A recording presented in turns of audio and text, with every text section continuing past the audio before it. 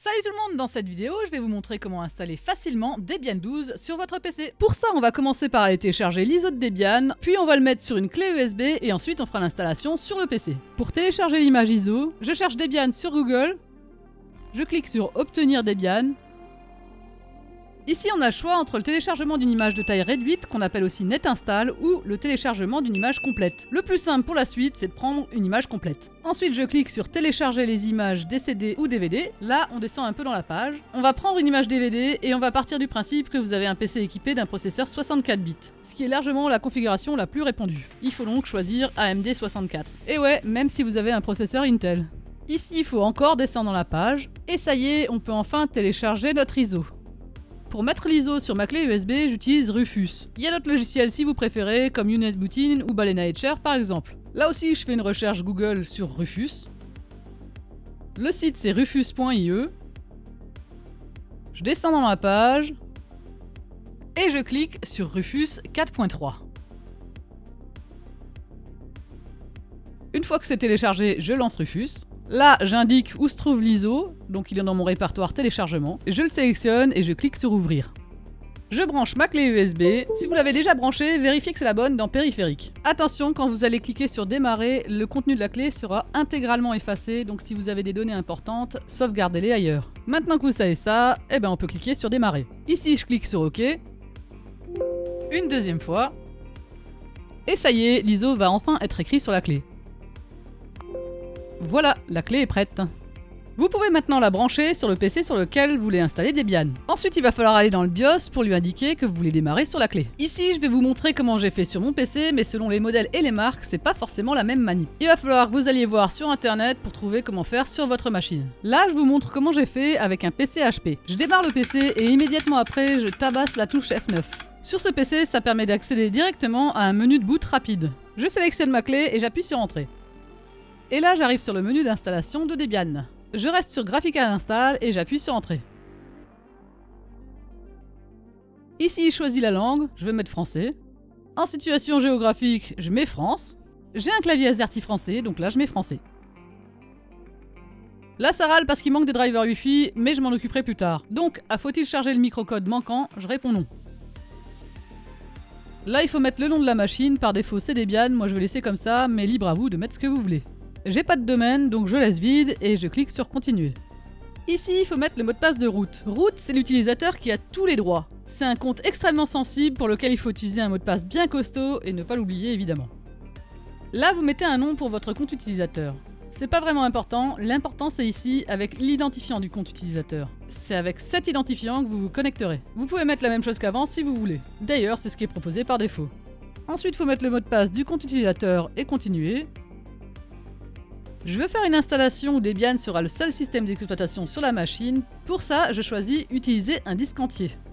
Ensuite, il faut choisir le disque sur lequel on veut installer Debian. Attention, car le disque sera entièrement effacé. Là encore, soyez sûr de ne rien avoir d'importance sur le disque avant de passer à l'étape suivante. Faites gaffe aussi, si vous avez plusieurs disques, de bien sélectionner celui sur lequel vous voulez installer Debian. Une fois que vous êtes sûr de votre disque, vous le sélectionnez et vous cliquez sur continuer. Là, vous laissez tout dans une seule partition. Ici, vous cliquez encore sur continuer. Là, vous mettez oui et continuer. Et le formatage puis l'installation commence. Faut-il utiliser un miroir sur le réseau? Je mets oui parce que c'est pratique, ça ira télécharger les logiciels sur internet s'il manque des trucs. Pour le pays du miroir, je laisse France et je laisse le miroir par défaut. J'ai pas de proxy donc je mets rien et je continue. Là, vous pouvez mettre oui ou non, ça n'a pas d'importance. Ici, vous pouvez laisser tout par défaut, mais moi je vais rajouter Mate comme environnement de bureau parce que je l'aime bien. Je vous montrerai tout à l'heure comment choisir votre environnement de bureau si vous en avez installé plusieurs. Là, vous pouvez laisser GDM3.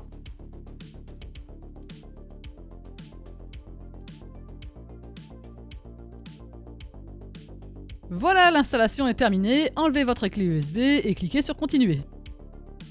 Une fois que le PC a démarré, vous allez pouvoir vous loguer avec votre nom d'utilisateur. J'appuie sur Entrée, je mets mon mot de passe et je remets Entrée. Et voilà, je suis dans ma session sous Debian. Il y a un petit pop-up qui s'ouvre. La langue est bonne, donc je mets suivant. Pour le clavier aussi. Là, je laisse le service de géolocalisation activé, mais libre à vous de le désactiver. Je clique sur suivant, ici je passe, et enfin je clique sur commencer à utiliser Debian. Maintenant, je vais modifier les sources des paquets installables. Pour ça, je clique sur activité, je tape source et je vais dans software and update. Je coche logiciel libre dont les dépendances ne sont pas libres, je mets le mot de passe de root et je clique sur logiciel non libre. Ensuite, je vais sur Other Software et je décoche le CD-ROM. Si je le laissais cocher, il risquerait de me demander la clé USB d'installation quand j'ai besoin d'installer des logiciels, ce qui serait pas très pratique. Je continue mes réglages en lançant un terminal. Pour ça, je reclique sur activité et je tape terminal. Donc je lance le terminal et là j'essaye de mettre à jour les dépôts des paquets en faisant sudo apt update. Sauf que ça marche pas parce qu'on me dit que mon utilisateur n'est pas un sudoer. Donc je vais le passer sudoer, comme ça je pourrais faire des installations avec le compte utilisateur. Parce que dans la mesure du possible, il faut éviter d'utiliser le compte root. Je fais su-root pour passer root. Je mets le mot de passe du compte root. Je tape usermod-a minuscule grand G, sudo et le nom du compte utilisateur. Et voilà, je viens de rajouter mon compte utilisateur à la liste des sudoers. Je repasse sur mon compte utilisateur en tapant su-le nom d'utilisateur. Et si je retente un apt update, cette fois, ça passe. Et je peux aussi installer des logiciels depuis mon compte utilisateur. Donc là, par exemple, je vais installer Gparted pour faire un test.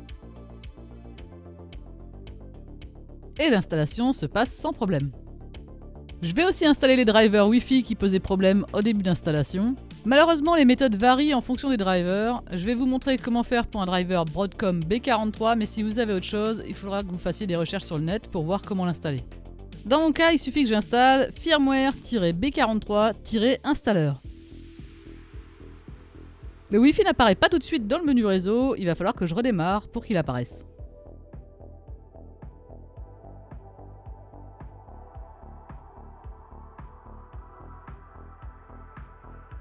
Et voilà, maintenant je retrouve bien le Wi-Fi dans mon menu réseau. Maintenant, je vais fermer ma session pour vous montrer comment changer d'environnement de bureau.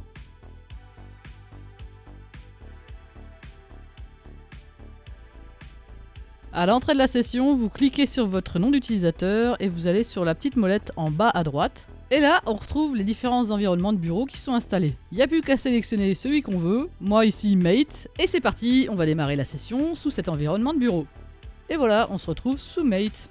J'espère que cette vidéo vous permettra de bien débuter avec Debian. Ne manquez pas celle où j'explique comment installer Ubuntu en double boot avec Windows. Pensez à vous abonner, merci d'avoir regardé et je vous dis à une prochaine fois.